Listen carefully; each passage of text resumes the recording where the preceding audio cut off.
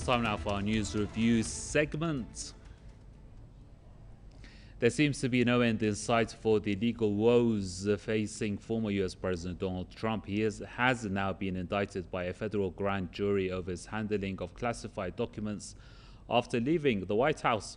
Trump's attorney says his client has been charged with 7 counts, including obstruction of justice, conspiracy, and false statements. The charges are brought against Trump as the Justice Department has been probing whether the classified material was mishandled.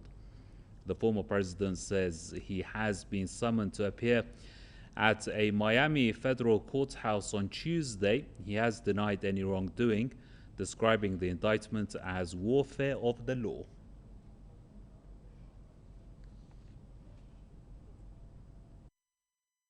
I'm an innocent man. I'm an innocent person. They come after me because now we're leading in the polls again by a lot against Biden and against the Republicans by a lot. But we're leading against Biden by a lot, a tremendous amount. And we went up to a level that they figure the way they're going to stop us is by using what's called warfare. And that's what it is. This is warfare for the law. And we can't let it happen. We can't let it happen. Trump was also indicted in March over a hush money payment to a former adult movie actress. He's also facing a separate federal probe into his alleged role in the 2021 attack on the Capitol by his supporters. The latest indictment has once again raised questions about his eligibility to run in the next presidential election, as he's determined to regain the post. Joining us is John Stepling, author and commentator from Inderøy, Norway, and we also have Angelo Giuliano, a political analyst from Dubai. Gentlemen, welcome.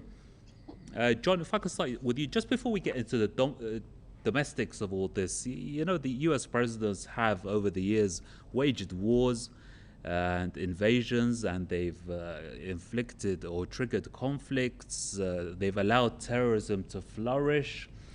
All the war crimes, the list is endless. And, you know, the atrocities that brought bloodbaths, especially to West Asia, those don't get to court. Why is that?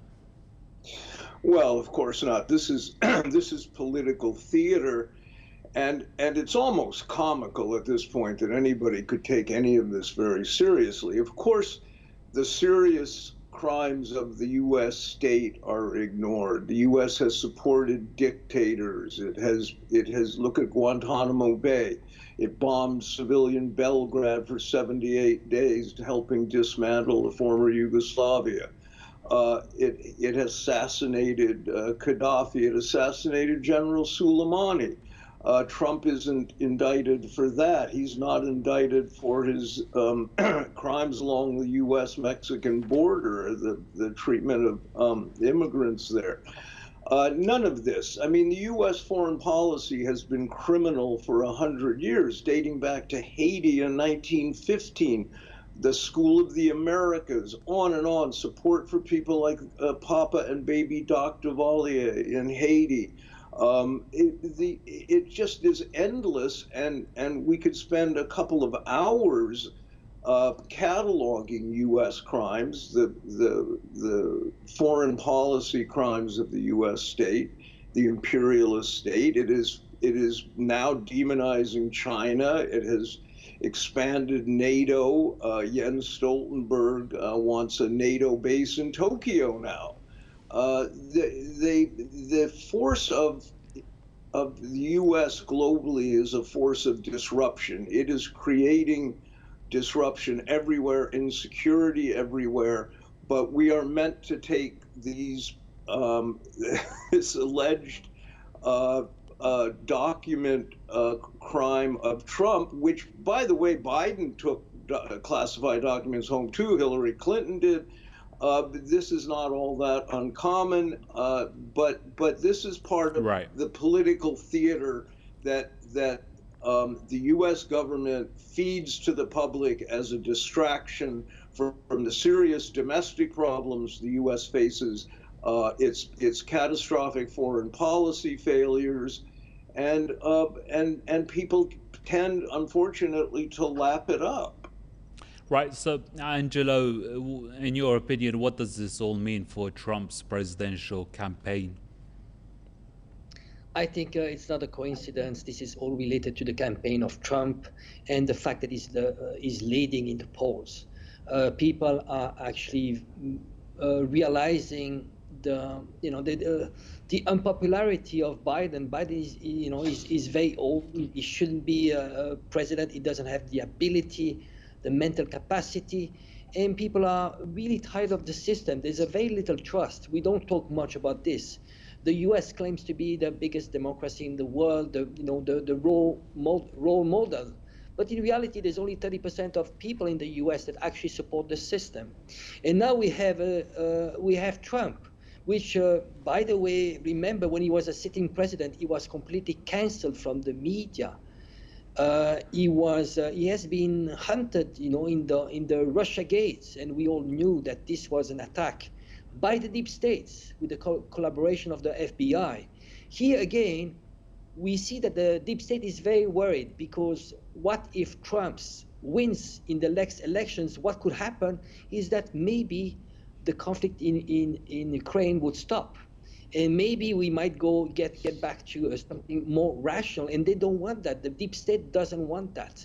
They are sleepwalking to World War III, and Trump is giving an alternative of maybe sitting down before it's too late, and they don't want that. And so in reality, who's running the show? It's those U.S. oligarchs, because that's what they are. The Biden family, you have the Obama, you have the deep state. That's a joke of a democracy, and they are weaponizing the law. It is looking by the day, it's looking more like a banana republic. Right. John, just expanding on what you were touching on, in this cesspit of corruption that is called Capitol Hill, you touched on Biden, who's also facing scandals, and we don't know the extent of his son Hunter's, the content of his laptop, we don't know how, but we know there's something really serious there. Why isn't Biden in court, or for that matter, Hillary Clinton, the former presidential candidate as well? Well, of course they should be.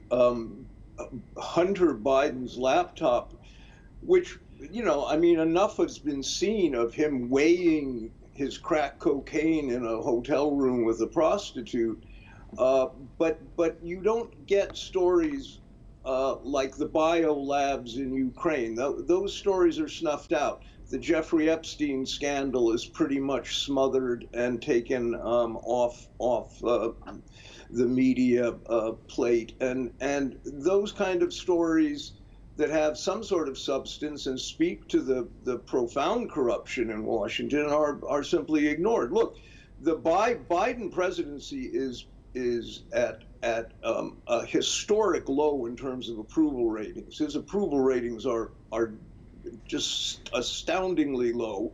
Kamala Harris is even less popular than Biden. And as your other guest said, Biden is unfit to hold any office. He shouldn't be dog catcher at this point.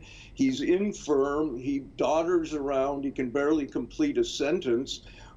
And he has a lifetime of corruption and illegality. I mean, this is what he built his entire political career on. So you have in Washington now the neocon think tank wonks, people like Victoria Nuland, all the old neocons dating back to some of them to the Reagan administration even. And these people are delusional hawks. They have stated openly they want regime change in Moscow. These things are illegal. You're not supposed to go in and foment coups, but that's what the U.S. did in 2014. It's what they did in Ukraine. It's what they did in Bolivia. They tried to overthrow Chavez. They tried to overthrow Castro. On and on and on and on. We know all of this, and yet, the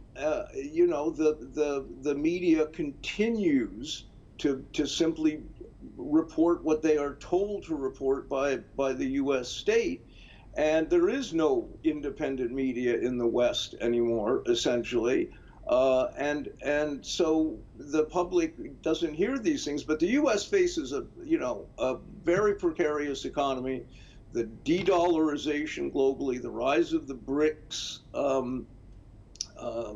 group, and the fact that 58 countries immediately signed on to BRICS suggests this dislike of the U.S. state and U.S. foreign policy, economic policy.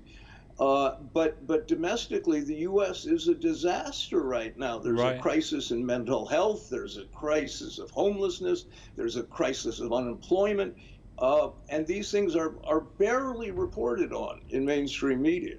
Right. And also, Angelo, very quickly, we've never seen the United States so polarized, and yet Trump retains a very strong fan base. And as you said, he's touched the nerve with the establishment or the deep state. How do you see this unfolding? Well, keep in mind, the idea of dividing people, it is the system that wants to give the illusion of democracy. So when you have two sides completely opposite, that are actually divided mainly over societal issues, LGBT, gun control and so on, this gives an illusion of democracy. But in reality, you have the people that are actually ruling the game are the ones that are funding those parties. And then you have this illusion of divisions. Now, what Trump is bringing in is something. It's something about fighting the deep states. On his first run, he didn't manage to do that. He had to combine with the existing forces, and it was very difficult. But keep in mind, he managed not to start a war. Trump is one of the very few, like him or not, he's the one of the very few president that actually didn't start a war. Now, if he gets to be president, things might be different because they went after him and he might get his revenge. And then everything could change. You have those institutions like the FBI, CIA. Somehow there's a possibility to go after them. And then maybe one day the US might become again democratic. What I mean by democratic, demokratos, power to the people, empower the people. So now the US, it's time just to stop trying to export a fake democracy, and why don't you start at home and give back power to the people? Gentlemen, thank you very much indeed for your contribution. Let me thank our guests. John Stepling is an author and commentator joining us from Inderøy, Norway. We also had Angelo Giuliano, a political analyst from Dubai. That brings an end to another edition of the News Review.